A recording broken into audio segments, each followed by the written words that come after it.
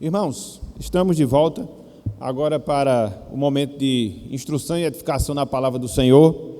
Nós vamos seguir na sequência das meditações que nós estamos fazendo na primeira carta de Pedro. Conforme nós falamos hoje pela manhã, nós vamos concentrar nossa atenção a partir de agora no capítulo 1, 1 de Pedro, capítulo 1, versículos 13 até o versículo número 16. Assentados como os irmãos, como os amigos se encontram, diz-nos o seguinte: irmãos e amigos, a palavra do Senhor. Por isso, cingindo o vosso entendimento, sede sóbrios e esperai inteiramente na graça que vos está sendo trazida na revelação de Jesus Cristo.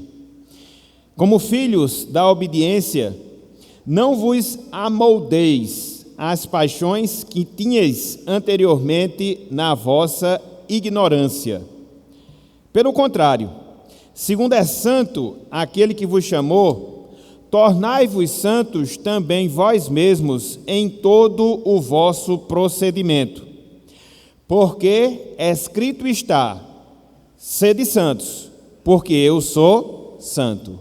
Até aqui, até o versículo 16. Que o Senhor nos abençoe e que Ele aplique a sua santa palavra em nossos corações. Amém.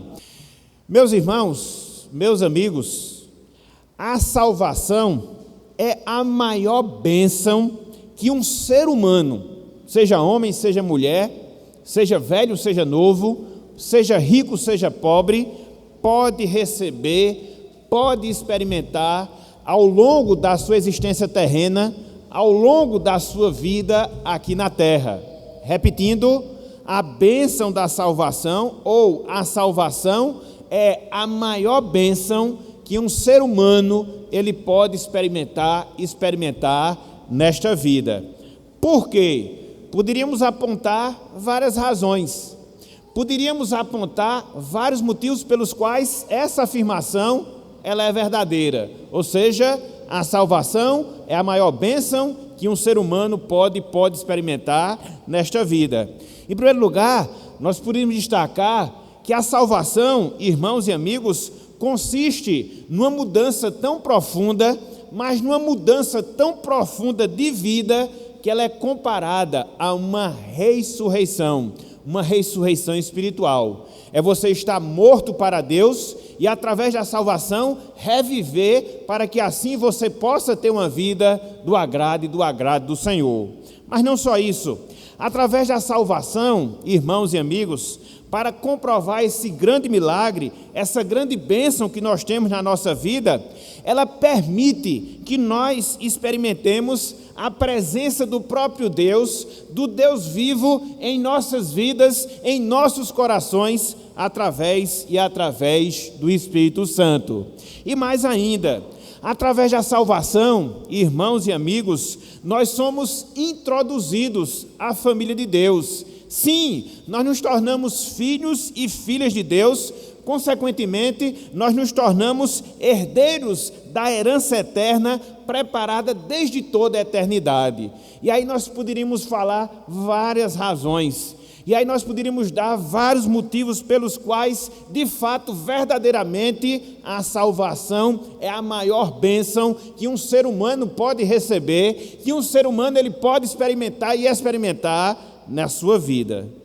Contudo, meus irmãos, meus amigos, a salvação, ela não consiste apenas de bênçãos, ela não consiste apenas de privilégios que nós temos da parte de Deus, que nós temos da parte do Senhor. Não, em absoluto.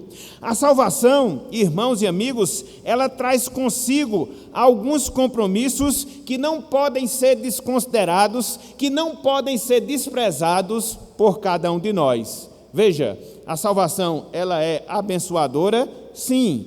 Veja, a salvação, ela nos proporciona privilégios? Sim, mas também ela traz consigo alguns compromissos que não podem jamais serem desprezados. Dentre vários compromissos que nós poderíamos destacar, Dentre vários compromissos que nós poderíamos dizer, existe, irmãos, existe, amigos, a necessidade de nós vivermos e vivermos em santidade, de nós vivermos e vivermos em santificação. Nós podemos dizer, dentro de uma frase bem sintetizada, bem resumida, que nós somos salvos para sermos santos. Nós somos salvos para sermos santos. E é interessante, meus irmãos, é interessante, meus amigos, que é justamente disso que trata o texto que nós acabamos de ler. Versículos 13 até o versículo 16 do capítulo 1 da primeira epístola do apóstolo Pedro. É interessante que desde o início da carta, o apóstolo Pedro ele vinha falando da bênção da salvação. E nós já vimos isso através de meditações, através de sermões anteriores. Por exemplo, Pedro ele fala da obra da salvação ou da salvação como obra do Deus Trino. Versículo 2, a gente encontra isso. Pedro, ele fala que a salvação, ela resulta na obra da regeneração, no fato de nós nascermos de novo. Versículo 3, parte B, fala disso. Mas não só isso, Pedro, ele diz que a salvação é a grande fonte que nós temos de alento na nossa tribulação. Versículos 5 e também versículo 6. E não só isso, Pedro fala que a salvação, ela fora anunciada desde o Antigo Testamento, ou seja, no versículo 10. E a partir desse trecho aqui, do versículo 13, até o capítulo 3, versículo 12, Pedro vai trazer os desdobramentos práticos, as implicações práticas da salvação. A gente não pode perder esse link, a gente não pode perder essa ligação. Não é sem motivo, não é sem razão que o versículo 13, ele inicia com uma expressão bem peculiar. Pedro diz, por isso. Essa expressão, por isso, liga tudo aquilo que Pedro falou da salvação, conforme nós já vimos, como obra do Deus Trino, como efetiva através da regeneração, como fonte de alegria nas tribulações, como anunciada no Antigo Testamento, conforme nós vimos no versículo 10, e a partir de agora ele vai trazer as implicações práticas justamente dessa salvação.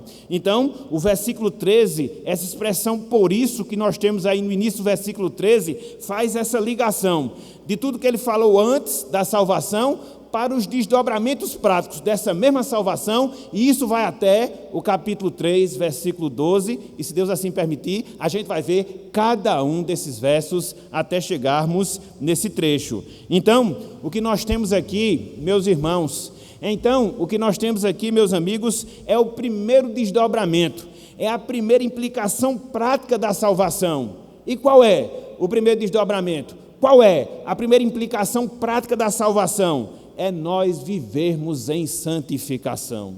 Versículos 13 até o versículo de número 16. A primeira implicação prática da salvação é a necessidade que nós temos de vivermos e vivermos em santificação. Por isso, meus irmãos, por isso, meus amigos, hoje eu queria que nós pensássemos, hoje eu queria que nós considerássemos o seguinte tema: o chamado à santidade. O chamado à santidade.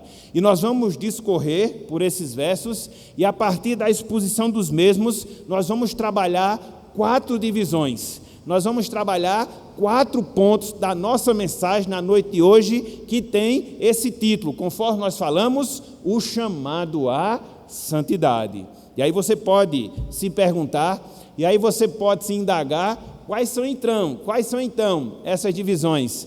Quais são então esses pontos que a gente pode destacar dentro desse tema, dentro desse assunto? O primeiro deles, meus irmãos, meus amigos, os requisitos para a santificação. Os requisitos para a santificação. E aqui eu queria concentrar a atenção apenas no versículo 13. 1 de Pedro, capítulo 1, versículo 13. Acompanhe conosco, por favor, a leitura dessa passagem e depois nós vamos passar para a explicação da mesma. 1 de Pedro 1, versículo 13. Diz o seguinte: por isso, cingindo o vosso entendimento, sede sóbrios e esperai inteiramente na graça que vos está sendo trazida na revelação de Jesus Cristo. O que é um requisito, meus irmãos? O que é um requisito, meus amigos? É uma condição que deve ser cumprida, em termos bem diretos, em termos bem resumidos. E é interessante que no caso aqui do versículo 13, Pedro, ele destaca 1, 2, 3 requisitos, 3 condições que devem ser observadas por cada um de nós, para que através da observância dessas condições, nós possamos desenvolver a santidade, nós possamos desenvolver a santificação em nossas vidas. Se nós não atentarmos para esses requisitos, se nós não nos submetermos a essas ordens, a gente não pode desenvolver uma vida de santidade. E quais são então essas 3 condições? Quais são então esses 3 requisitos que Pedro coloca aqui no versículo 13, através dos quais nós temos condições de desenvolvermos uma vida de santidade, de desenvolvermos uma vida de santificação? Primeiro deles, irmãos, amigos, nós devemos cingir o nosso entendimento. Nós devemos cingir o nosso entendimento. É por isso que ele diz logo na parte inicial, cingindo o vosso entendimento. Cingindo o vosso entendimento.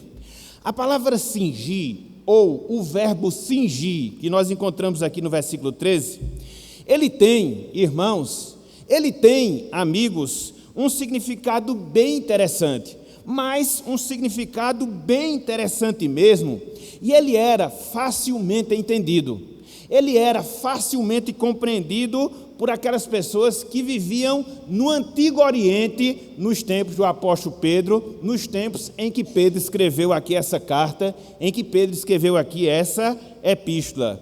Essa expressão aí, cingir, que Pedro coloca, tem a ver literalmente com você amarrar as pontas de uma túnica na cintura através de um cinto. É por isso que ele diz cingir os lombos, que muitas vezes nós encontramos nas Escrituras Sagradas.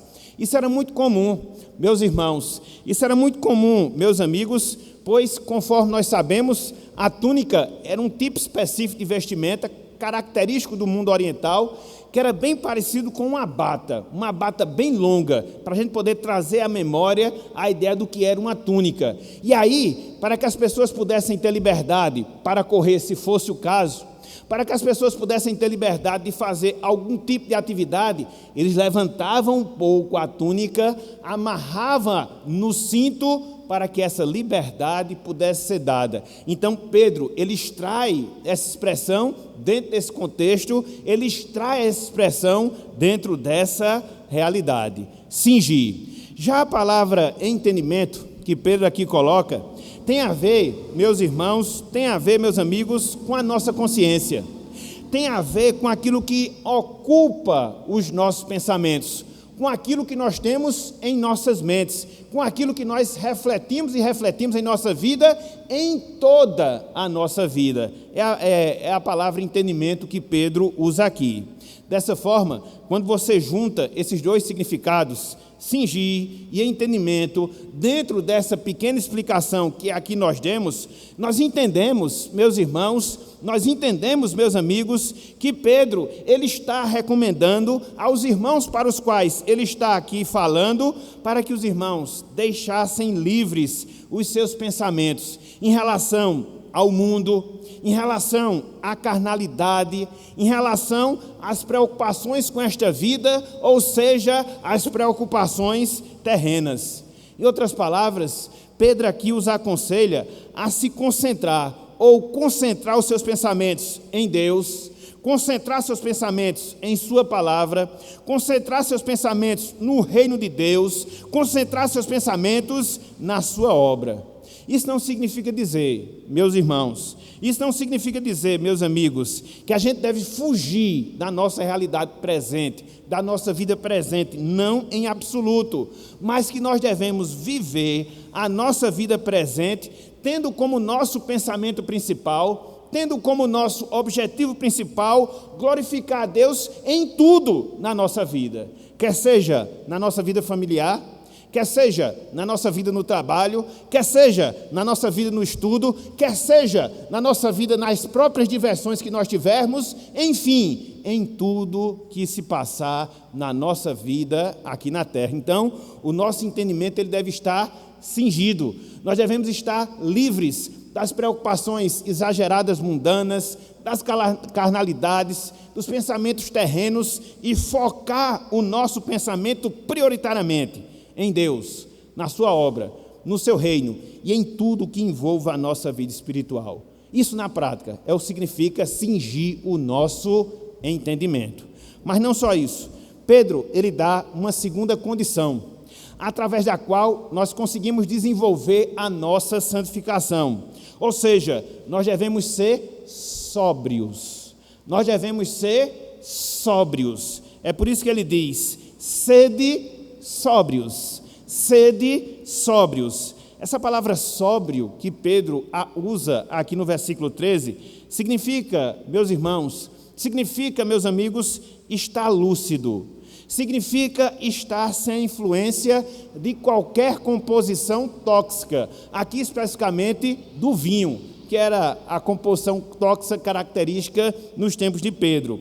Na prática, meus irmãos, na prática, meus amigos, significa estar consciente, significa estar atento à vinda gloriosa do nosso Senhor e do nosso Salvador, Jesus Cristo.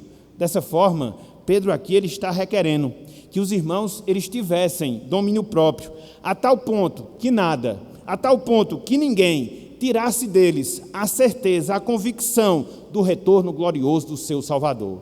É por isso que Pedro diz, sejam sóbrios, meus irmãos, estejam lúcidos, estejam conscientes que Cristo retornará, tenham consciência da verdade, porque assim também vocês vão desenvolver a santificação em suas respectivas vidas. Então, em primeiro lugar, eles deveriam estar cingindo o entendimento, deixando livre o entendimento, o pensamento em relação às coisas que não glorificam a Deus. Em segundo lugar, eles deveriam estar sóbrios ou serem sóbrios. E, em terceiro lugar, eles deveriam esperar na graça da salvação. Em terceiro lugar, eles deveriam esperar na graça da salvação. Complemento do versículo 13, que diz, esperai inteiramente na graça que vos está sendo trazida na revelação de Jesus Cristo. Aqui, nesse trecho final, Pedro, ele mostra a necessidade que nós temos de aguardarmos o retorno glorioso do Senhor Jesus Cristo. É interessante que nesse curto trecho, do versículo 2 até aqui o versículo 13, Pedro, ele faz menção 3 vezes desse mesmo fato. Pedro, ele faz menção 3 vezes dessa mesma realidade. Cristo vai voltar. Cristo vai buscar a sua igreja. Ele fala isso no versículo 5, ele fala isso no versículo 7, e ele volta a falar disso aqui no versículo 13. Ele quer imprimir essa verdade. Ele quer que os irmãos não esqueçam desse fato. Que fato? Que eles esperem, que eles aguardem na revelação salvadora que Cristo iria fazer à sua igreja, levando-a para si.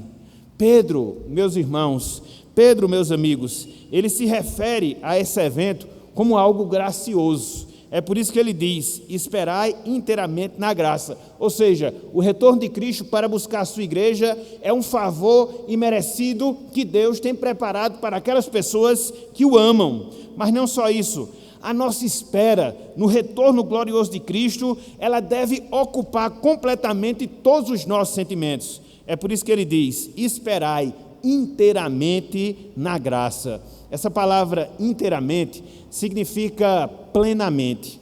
Então, dá a ideia de algo que deve ocupar todo o nosso sentimento, toda a nossa vida, esperar, aguardar o retorno glorioso do nosso Salvador. Então, quando nós olhamos aqui o versículo 13, nós observamos, meus irmãos, meus amigos, essas 3 condições que nos são exigidas, essas 3 condições que nos são requisitadas. Para quê? para que nós vivamos uma vida de santificação. Nós precisamos cingir o nosso entendimento, nós precisamos ser sóbrios e nós devemos esperar inteiramente na graça da salvação em Cristo Jesus.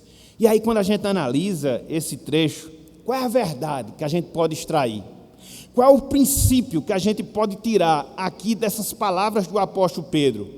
Que uma vida consagrada, que uma vida santificada a Deus, ela é construída, meus irmãos, ela é construída, meus amigos, a partir daquilo que nós pensamos, a partir daquilo que nós sentimos. Ela é construída primeiramente dentro de cada um de nós. Podemos dizer que a santificação ela ocorre primeiramente dentro das nossas vidas, com aquilo que ocupa os nossos pensamentos, com aquilo que predomina os nossos sentimentos, então com aquilo que está de fato dentro de nós.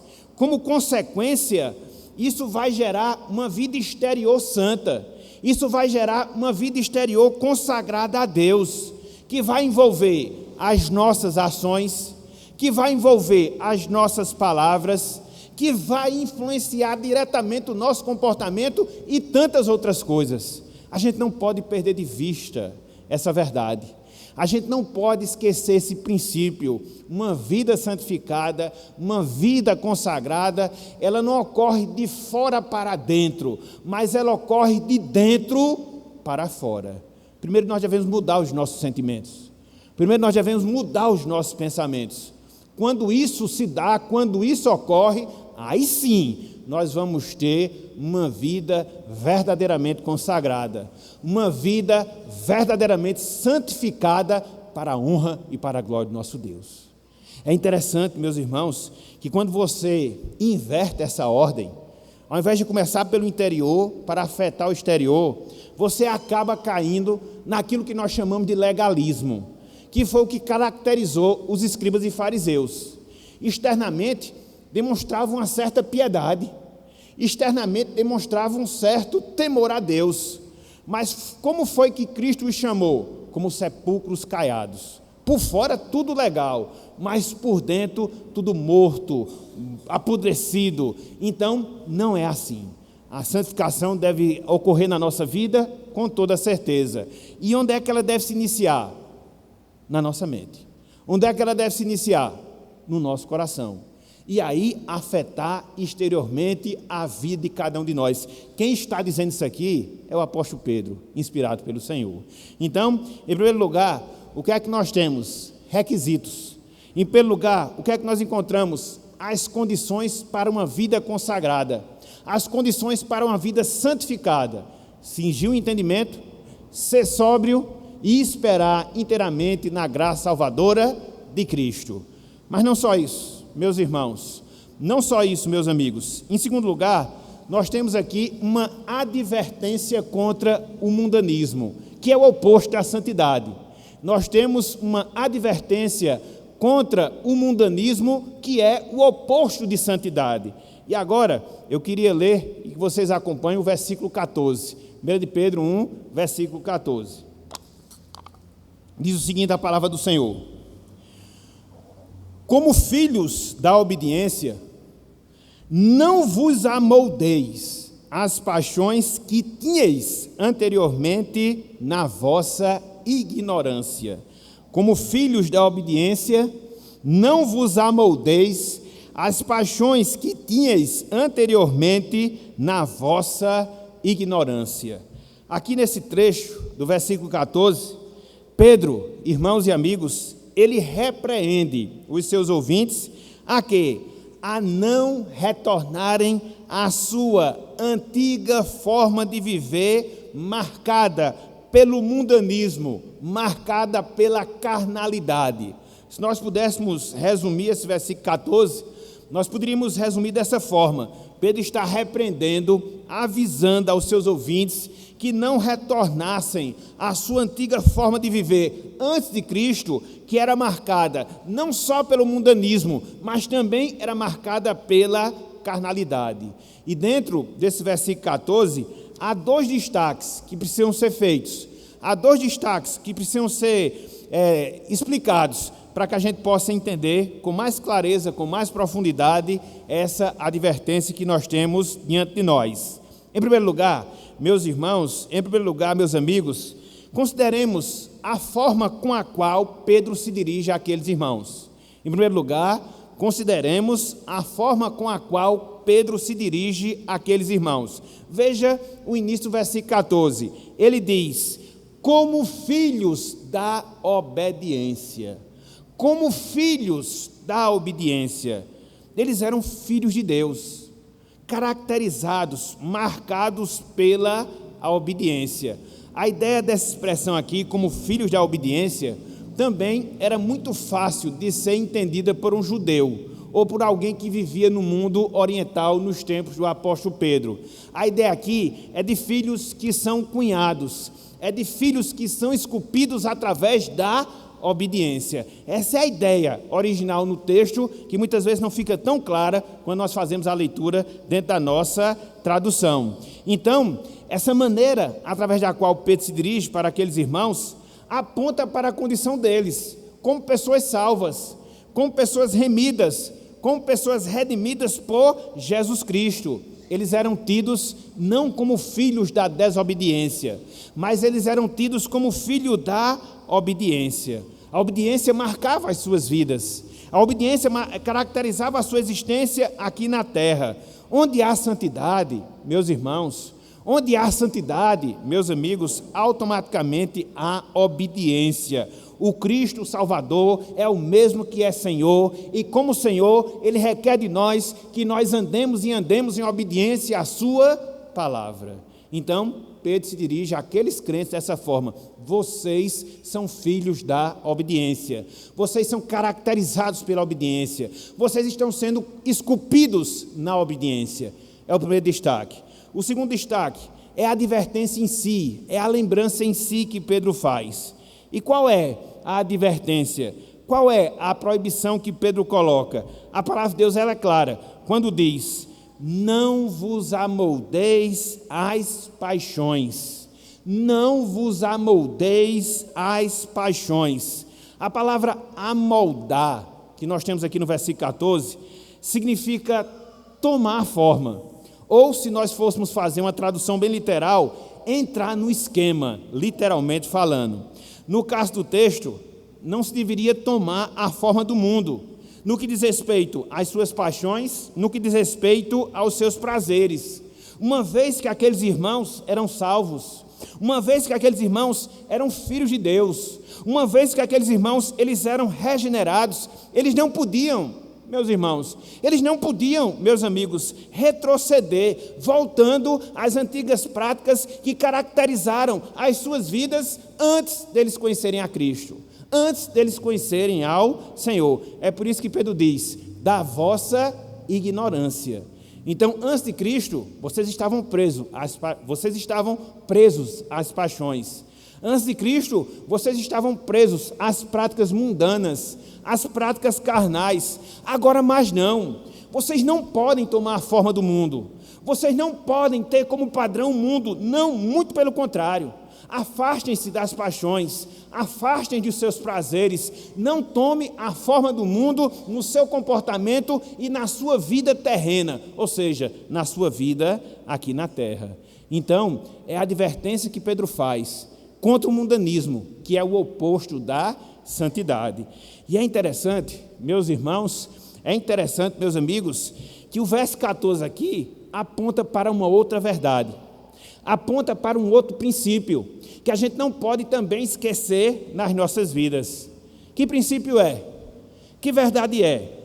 Que nós, irmãos e irmãs, corremos o risco, caso nós não foquemos em Cristo, de voltar a vivermos como ímpios. Prestem atenção nesse ponto, prestem atenção nessa verdade.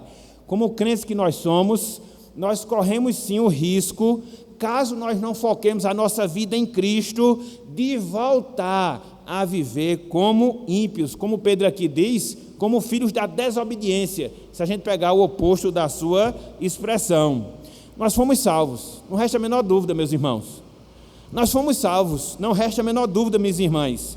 Mas ainda nós não fomos extraídos, mas ainda nós não fomos retirados desse mundo, perdidos, pervertidos, sem Deus. Não, estamos aqui ainda.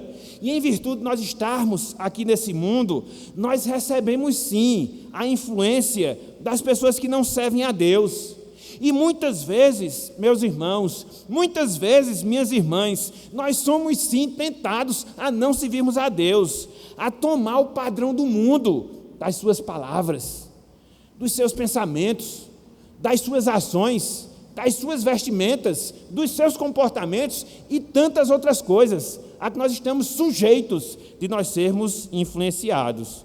Por isso, meus irmãos, por isso, minhas irmãs, nós precisamos cuidar, a partir de uma mente, a partir de um coração que teme a Deus, para nós não sermos mundanos na nossa vida, seja nos nossos valores, seja na nossa prática, seja nos nossos pensamentos, seja nos nossos sentimentos e em tantos outros aspectos que nós poderíamos aqui fazer menção. Então, em segundo lugar, o que é que nós temos? Uma advertência contra o mundanismo, que é o oposto da santidade. Mas não só isso, meus irmãos, não só isso, meus amigos. Em terceiro lugar, nós encontramos uma exortação à santidade. Em terceiro lugar, nós encontramos uma exortação à santidade. Veja aí o versículo 15, 1 de Pedro capítulo 1, versículo 15.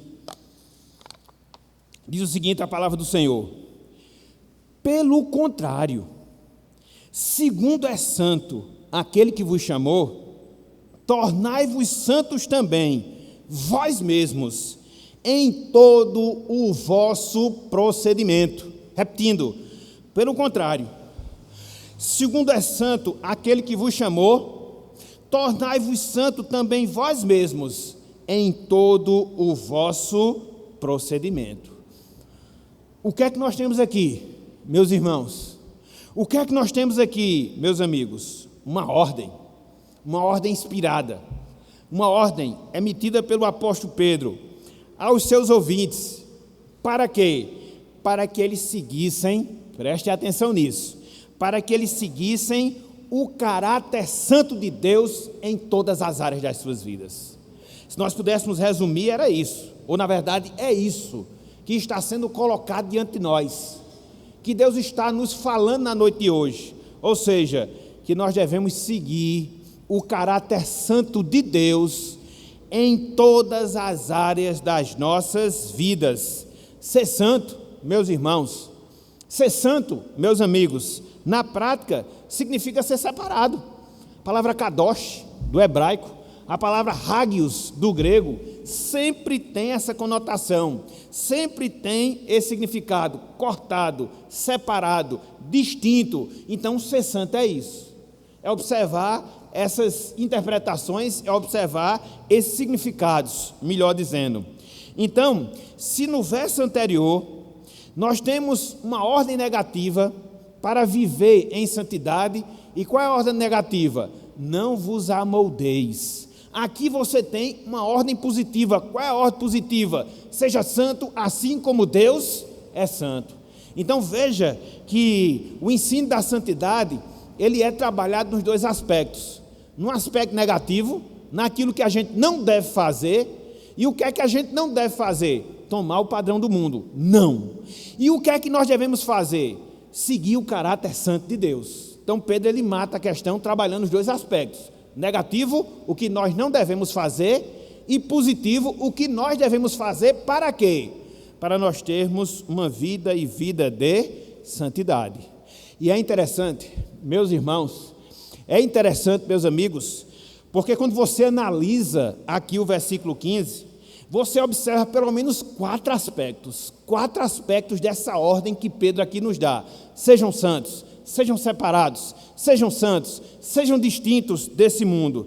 E quais são esses aspectos?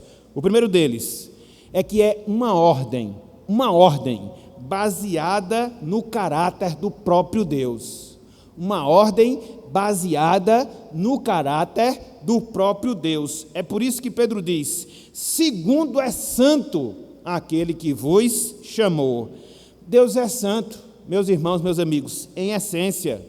Na verdade, conforme nós vimos, inclusive na abertura do nosso culto na noite de hoje, lá em Apocalipse capítulo 4, e não só lá em Apocalipse capítulo 4, mas também lá em Isaías capítulo 6, a Bíblia diz que Deus ele é 3 vezes santo, santo, santo, santo. Esse é o único atributo de Deus que é 3 vezes, que é repetido 3 vezes na palavra do Senhor. Santo, santo, santo, santo. Deus ele é separado, meus irmãos.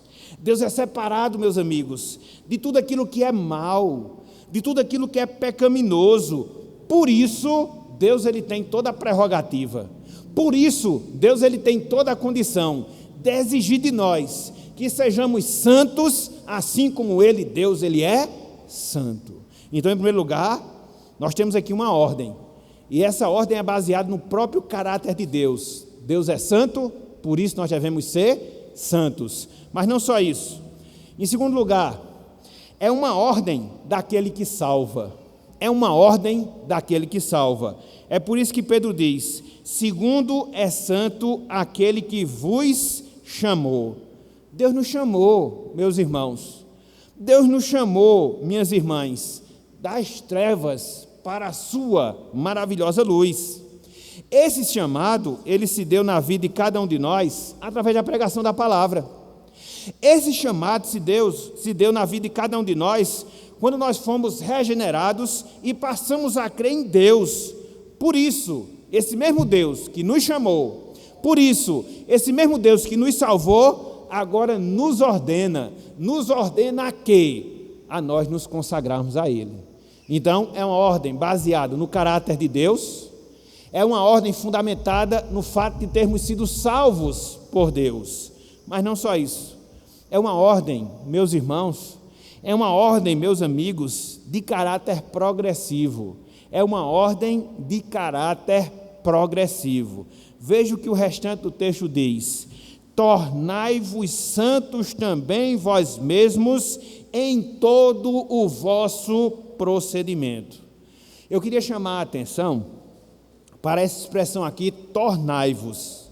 Eu não vou explicar em detalhes as implicações dela, em virtude de ser um pouco complexo dentro do original grego, mas a ideia que essa expressão aqui ela traz, a ideia que essa expressão aqui aponta é para algo que está em desenvolvimento, de algo que está em andamento. A construção do verbo no original dá justamente essa ideia.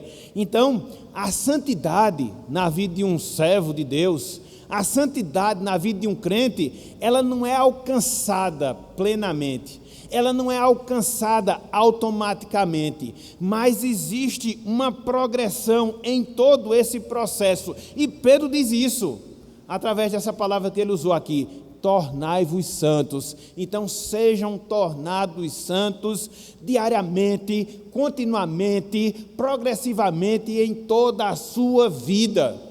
Há um aspecto da santidade que acontece na nossa vida de maneira automática, quando nós somos salvos em si. Mas há outro aspecto da santidade que não. Ele vai sendo desenvolvido, ele vai sendo construído, ele vai sendo aperfeiçoado na nossa vida, e é isto que Deus ele requer de nós. Às vezes a gente termina se equivocando ao longo da nossa caminhada cristã, que a gente quer ter uma santidade plena, imediata. Não, meus irmãos, isso é um processo que se dá ao longo de toda a nossa vida. Agora tem que começar. E começa quando? Quando Deus nos separa para a salvação, quando Ele nos regenera. E a partir desse instante, nós vamos nos desenvolvendo gradativamente ao longo de toda a nossa vida nesse processo, ao que nós chamamos de processo de santificação. Então, é uma ordem que se baseia no próprio caráter de Deus, é uma ordem que está fundamentada no fato de Deus ter nos salvado, é uma ordem de caráter progressivo, mas não só isso. Em quarto lugar, é uma ordem que envolve toda a nossa vida. Em quarto lugar, é uma ordem que envolve toda a nossa vida. É por isso que Pedro diz: tornai-vos santos também vós mesmos. Preste atenção nessa última frase: em todo o vosso procedimento. Em todo o vosso procedimento. Todas as áreas, meus irmãos, todas as áreas, meus amigos, da nossa vida, elas devem ser aplicadas à santidade. A gente não pode dividir a nossa vida em compartimento. Eu tenho uma vida santa quando eu estou na igreja, mas no meu trabalho eu faço o que é necessário. Se for possível, eu uso até artifícios mundanos. Não. Eu vivo uma vida consagrada, santificada na igreja, mas dentro do meu contexto familiar, não. As regras são minhas. Não, meus irmãos, em absoluto. A vida de santidade, ela deve caracterizar todos os aspectos da nossa vida.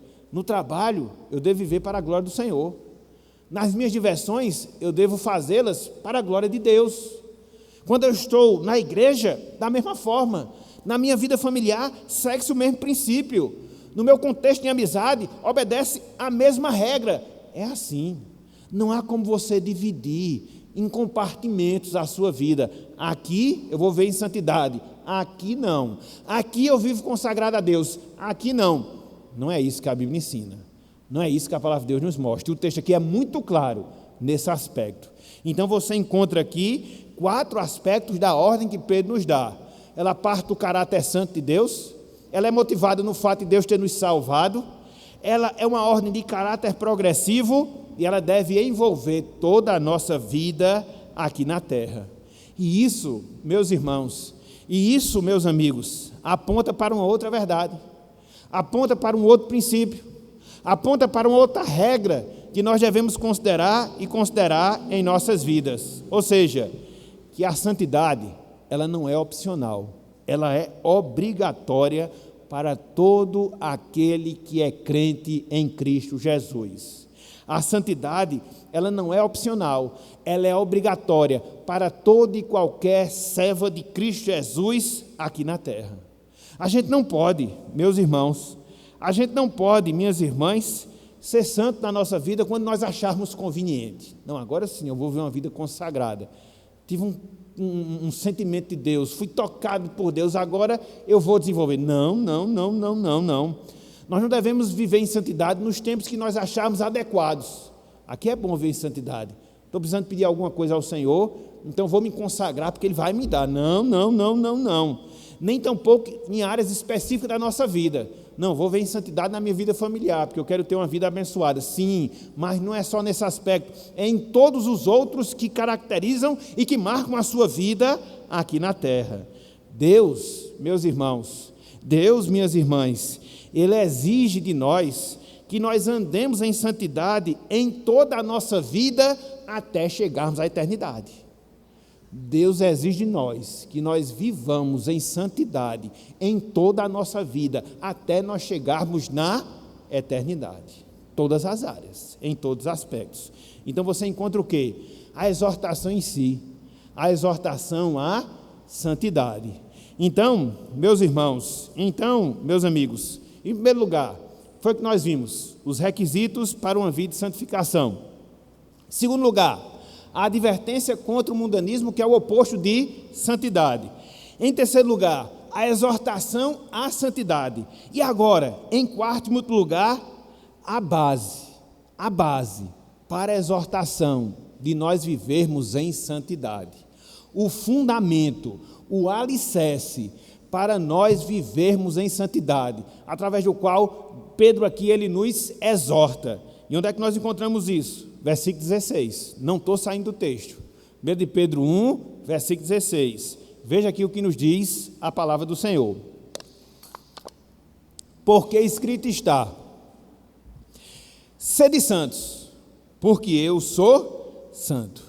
Então aqui nesse verso, no verso 16, Pedro fundamenta a sua ordem de nós desenvolvermos a santidade. Aonde? No Antigo Testamento, meus irmãos, no Antigo Testamento. Apesar de Pedro falar na autoridade de alguém que estava sendo inspirado por Deus, como de fato estava, ele faz uso, aqui nesse trecho do versículo 16, do Antigo Testamento, para mostrar aos seus ouvintes e para nos mostrar hoje essa exigência, essa ordem que Deus faz ao seu povo, que esse povo viva em santidade.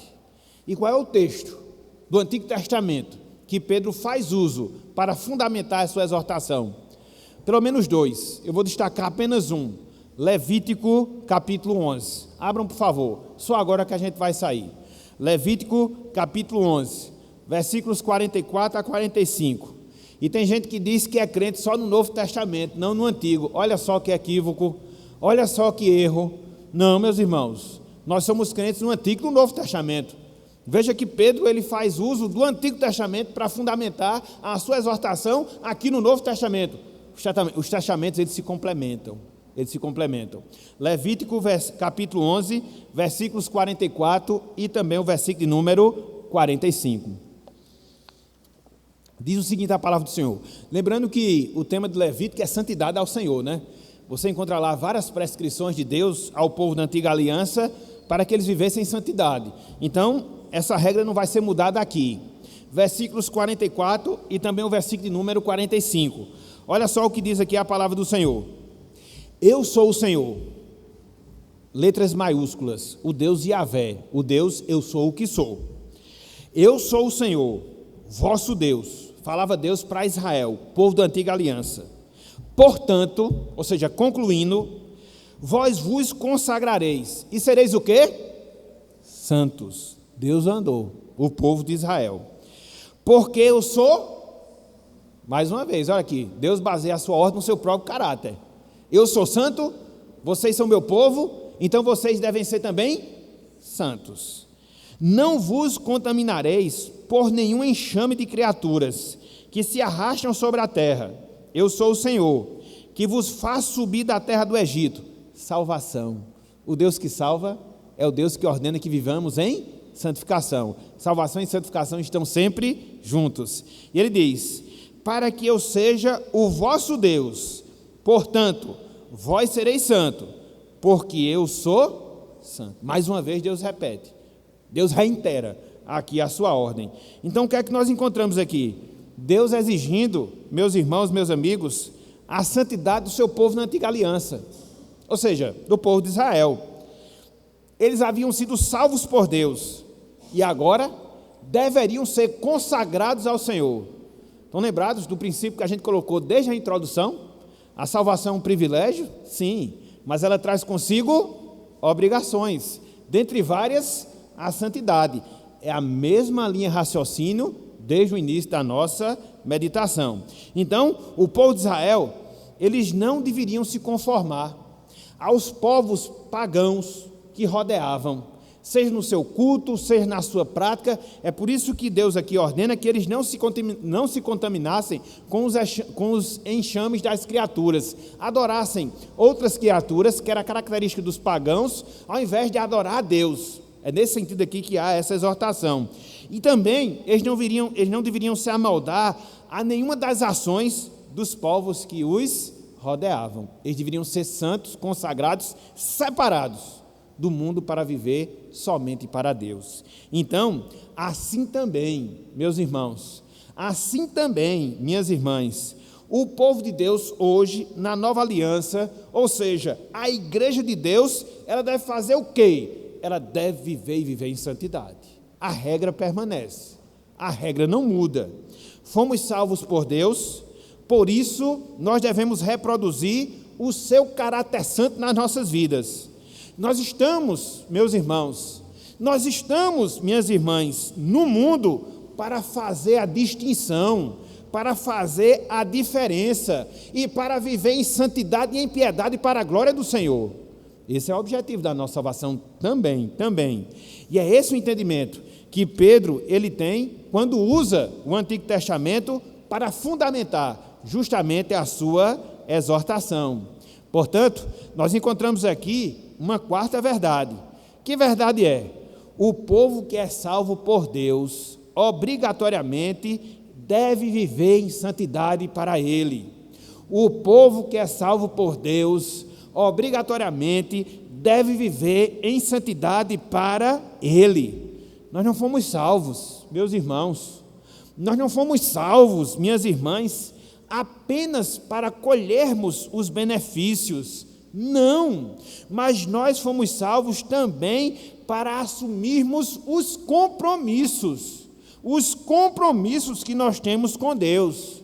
A vida cristã, ela tem esses dois aspectos. Nós encontramos os benefícios, mas nós também temos os compromissos. Rima e não é aleatório não, é uma ligação íntima que há entre essas duas coisas.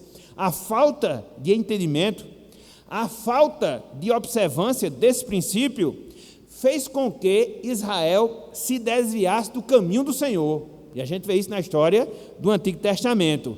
E hoje, nós, a Igreja de Cristo aqui na terra, é advertida também a não seguir nesse mesmo exemplo que infelizmente caracterizou o povo de Deus no Antigo Testamento. Então, qual é a base da exortação que Pedro usa para chamar o povo à santidade? O Antigo Testamento, pelo menos Levítico 11, 44 e 45. Então hoje, meus irmãos, hoje, meus amigos, nós consideramos pelo menos 4 pontos sobre a santidade que Deus ele requer e requer de cada um de nós. Em primeiro lugar, nós vimos os requisitos para a santidade: sigir o entendimento, ser sóbrio e esperar inteiramente na graça salvadora do Senhor. Em segundo lugar, nós tivemos uma advertência contra o mundanismo, que é o oposto da santidade. Nós não podemos nos amoldar às paixões que nós tínhamos no tempo da ignorância. Em terceiro lugar, nós vimos aqui a exortação à santidade. Nós devemos ser santos porque Deus ele é santo, o mesmo Deus que nos salvou. E em quarto lugar, a base para a exortação à santidade, o Antigo Testamento: sede santos porque eu sou santo, falou Deus a Israel. E diante disso, o que é que a gente faz na nossa vida?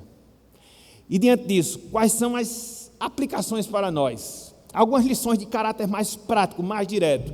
Separamos pelo menos 4. 3 para nós, que somos crentes, e a última para você, que porventura não é crente ainda. Então vamos lá, vamos trabalhar nessa parte final da nossa meditação. Para nós, meus irmãos, para nós, minhas irmãs, consideremos a Cristo o modelo perfeito de santidade. Consideremos a Cristo o modelo perfeito de santidade.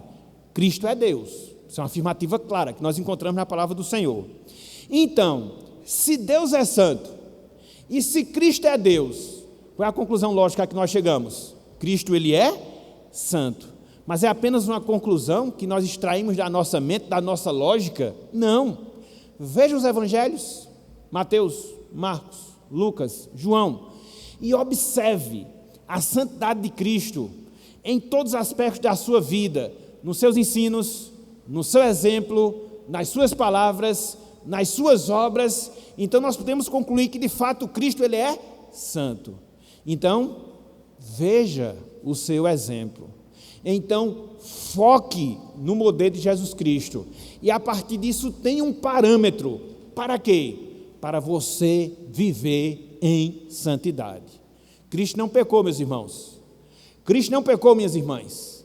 Quer seja em palavras, quer seja em ações, quer seja em pensamentos. Então, se você quiser ser santo, se você quiser ter uma vida consagrada a Deus, o maior exemplo que você tem a ser seguido não é de pessoas, muito embora você deve considerar os bons exemplos, mas o maior exemplo que você deve seguir é o exemplo do próprio Salvador, o Senhor, Santo Salvador, Jesus Cristo. É a primeira verdade. A segunda, meus irmãos, a segunda, minhas irmãs, acatemos a ordem de Deus para nós vivermos em santidade. Acatemos a ordem de Deus para nós vivermos em santidade. Deus, irmãos e irmãs, Ele não nos deixa outra opção, Ele não nos deixa outra alternativa. Se nós fomos salvos, nós devemos viver em santidade. Se você é povo de Deus aqui na terra, você deve viver em santidade. Se você não viver em santidade aqui na terra, é porque você não é povo de Deus. E se você não é povo de Deus aqui na terra, você também não será povo de Deus no céu. Não será. Não espera outra coisa não. Veja, Hebreus 12, 14. Se você não for santo aqui na terra, você não é povo de Deus.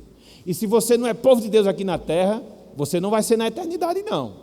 Nem espere. Hebreus 12, 14. Todos nós sabemos. É só para fechar aqui o raciocínio.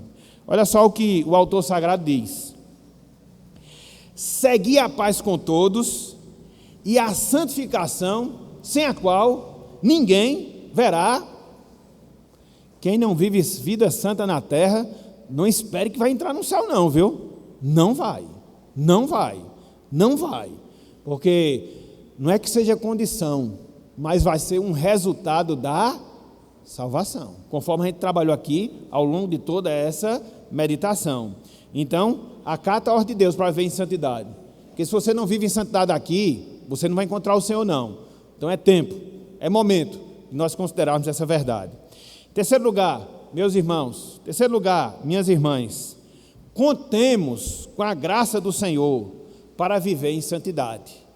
Contemos com a graça do Senhor para nós vivermos em santidade. A santidade, conforme nós vimos, ela requer um envolvimento da nossa parte, não resta a menor dúvida. Contudo, esse envolvimento vem a partir da graça de Deus operando nas nossas vidas, dispondo o nosso coração, preparando a nossa mente, para que depois isso venha a ser visto através de ações. Graças a Deus por isso. Não espere que você vai viver a santidade confiando na sua própria força. Não dependa da sua própria força para viver em santidade. Porque se você estiver pensando e agindo assim, você vai ser um legalista. E legalistas foram os escribas e fariseus. E não experimentaram a bênção da salvação. É uma exigência? Sim. Faz com que nós mudemos alguns comportamentos, não resta a menor dúvida. Mas, primeiramente, conte com a graça. Confie na graça. Descanse na graça. Recorra à graça. Para que a partir da operação dela na sua vida, você possa viver para a santidade. Isso não depende de você. É a graça de Deus operando na sua vida. Você não pode viver em santidade dependendo das suas próprias forças, da sua própria vontade, não. Se você pensar que assim você vai se frustrar, você vai pecar, você vai se destruir. Então, confie tão somente na graça e na graça do Senhor, no seu favor imerecido na nossa vida, através de Jesus Cristo. Então, contemos com a graça do Senhor. Em outro lugar, para os amigos nossos, que ainda não experimentam da salvação, e como consequência, não vivem em santificação. Meu amigo, minha amiga, viva em santidade a partir do novo nascimento. Viva em santidade a partir do novo nascimento. A ordem para a santidade não é válida para vocês ainda, porque existe um pré-requisito que vocês devem obedecer. E que pré-requisito é? Salvação. Agora, o fato dessa ordem de santidade não ser válida para as suas vidas, não lhes exime da responsabilidade. É justamente por causa disso que a Bíblia chama o pecador para a salvação. E quando ele experimenta a salvação, para que ele possa desenvolver a santificação. E não há um outro meio, não há outro caminho no qual você possa andar. Clame pela graça do Senhor, clame pela salvação em Cristo Jesus, entrega a sua vida a Ele, reconheça que você é um pecador, reconheça que você está morto nos seus delitos e pecados, que não existe na sua vida, no seu coração, nenhuma disposição para glorificar a Deus, porque não existe. As suas boas obras, como diz Jeremias, elas são trapo de imundícia, não servem para nada. Não existe ninguém no meu caminho do céu. Ou você está no céu, ou você está no inferno. Ou você é filho de Deus, ou você é filho do diabo. E a grande questão que altera toda essa coisa é você ser salvo em Cristo Jesus. Então não descanse, enquanto você não experimentar a salvação na sua vida. Clame por Deus, para que Ele derrame graça, para que Ele haja com misericórdia e para que o Espírito Santo abra a sua mente, abra o seu coração e faça penetrar a mensagem do Evangelho de Deus. É assim, e somente assim, que você pode viver uma vida santa que glorifica ao Senhor.